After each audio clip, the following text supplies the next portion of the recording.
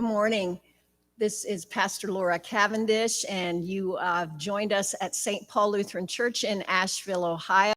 We are reading Making Sense of the Cross by David J. Lose. This is Section A, or Part A, and I have my co-reader, Donna Noaker, here with me today. I am grateful that she's joined me, and we're going to read Chapter 5 for you, Example and Encouragement. All right, we're ready to go. Okay, so we looked at the cross as ransom and victory. And although we liked the idea of taking our side in the struggles we have, we didn't find that theory completely helpful. It seemed both a little too far out and kind of beneath God to have to bargain with, pay, or trick the devil. Then we looked at the cross as substitute to satisfy God's wrath.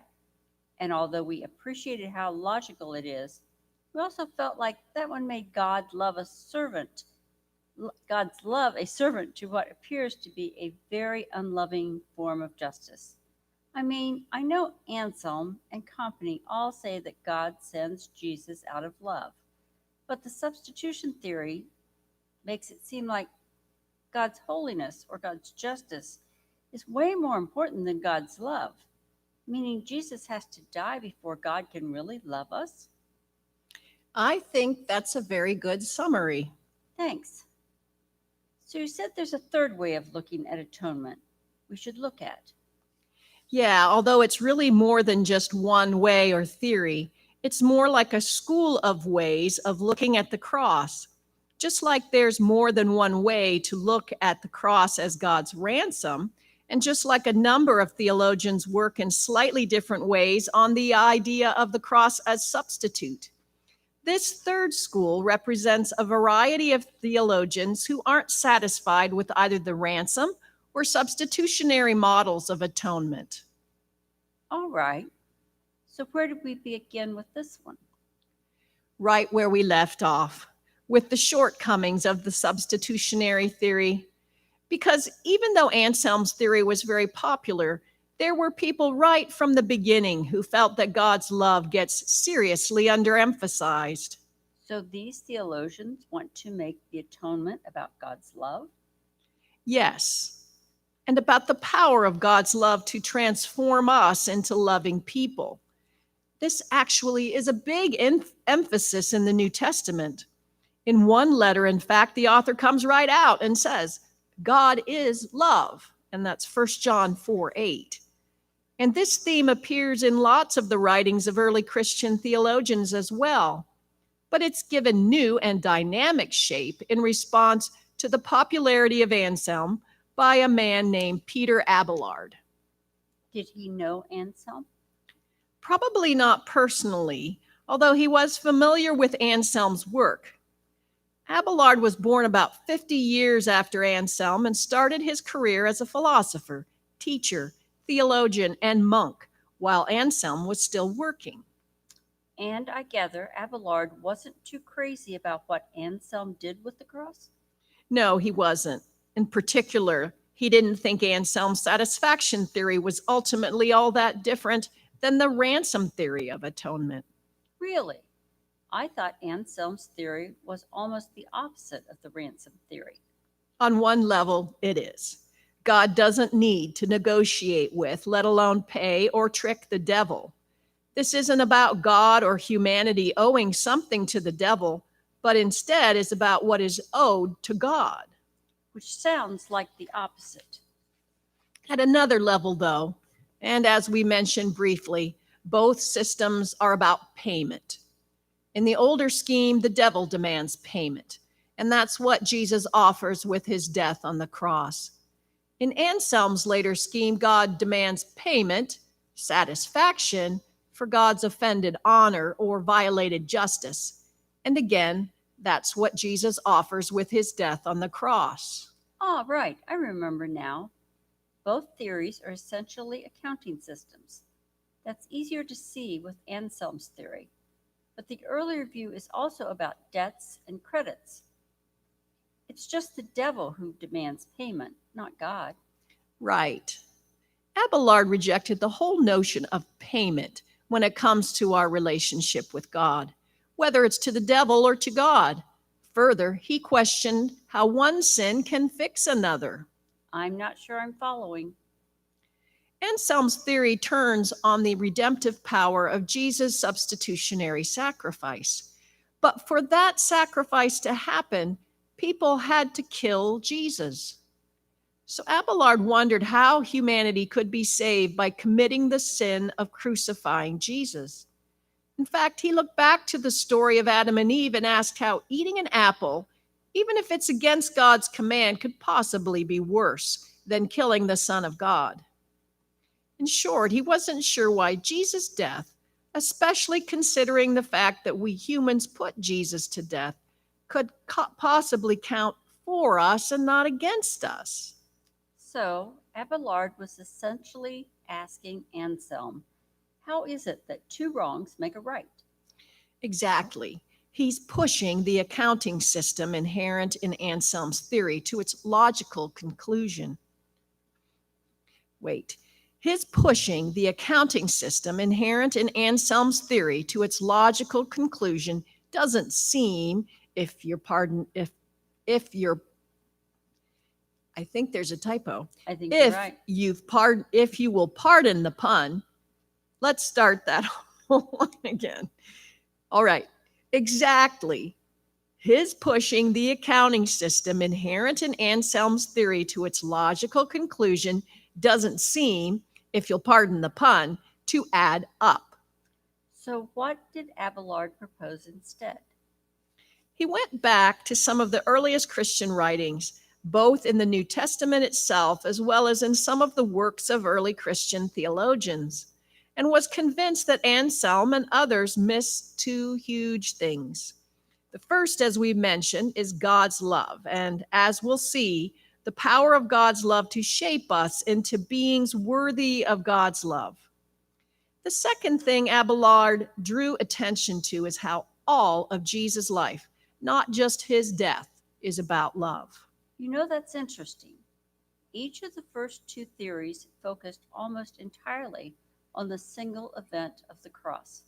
Neither one seemed particularly interested in the rest of Jesus' life, almost as if it doesn't really matter. That's right. What mattered in each of the first two is the cross, not what came before it, not what led up to it, not even the particular details of it. What do you mean? Not even the details of it? Earlier, we paid attention to the different emphases of the four gospel writers when they described the cross.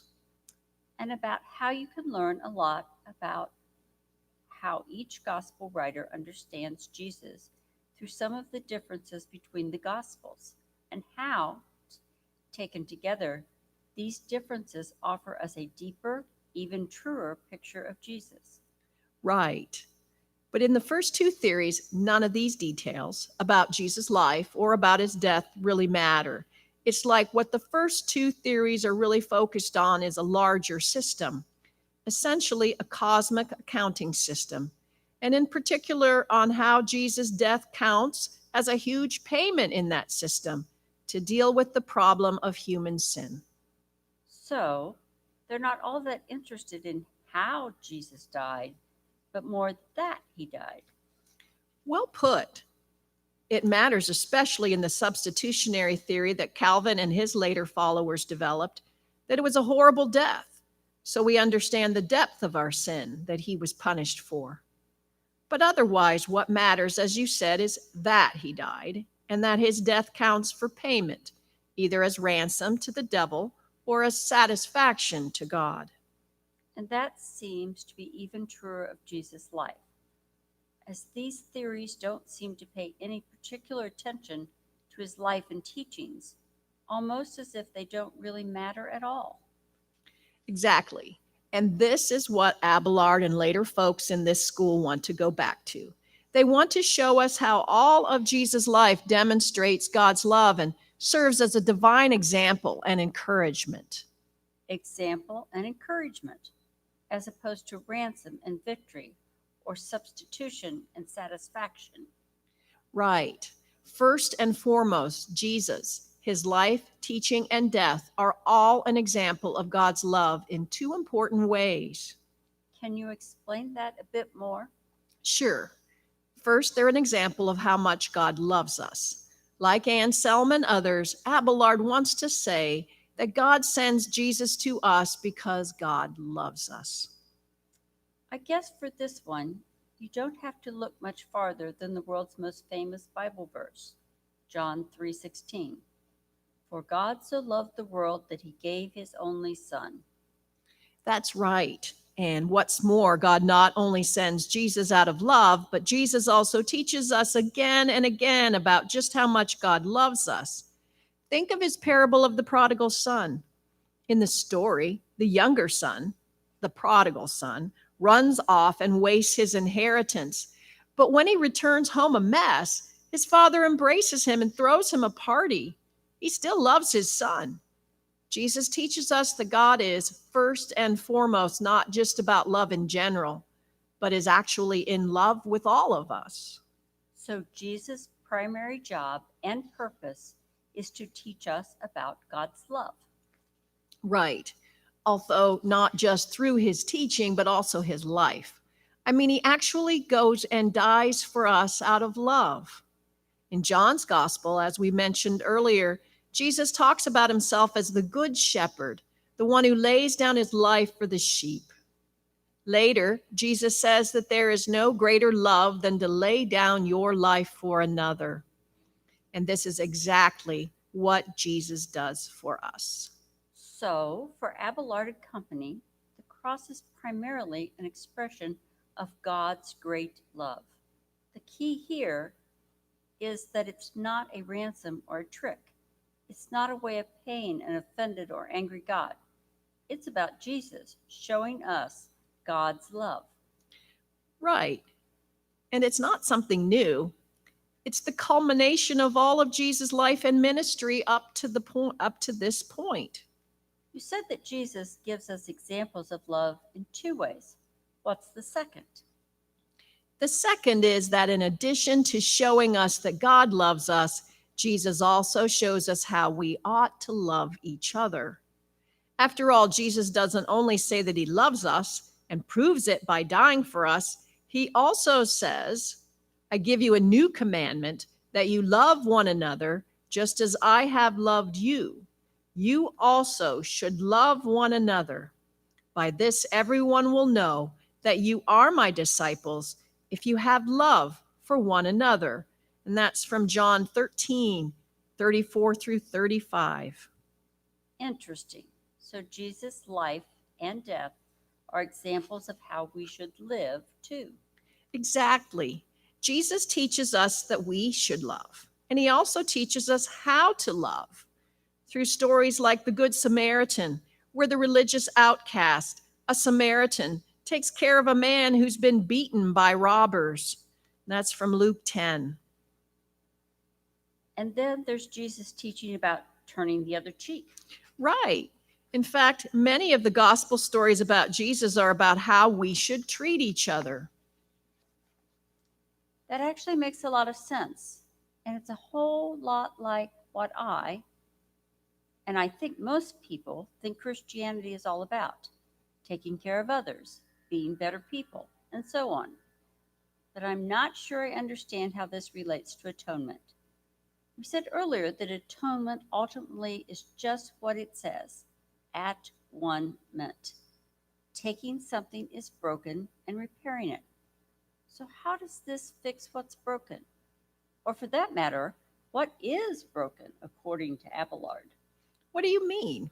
Well, in the first two theories we looked at, the problem, what's broken, was pretty clear. In the first version, it's that humanity has sinned and is therefore captive to the devil. And that leads to how atonement works. Jesus' death is payment or ransom to the devil.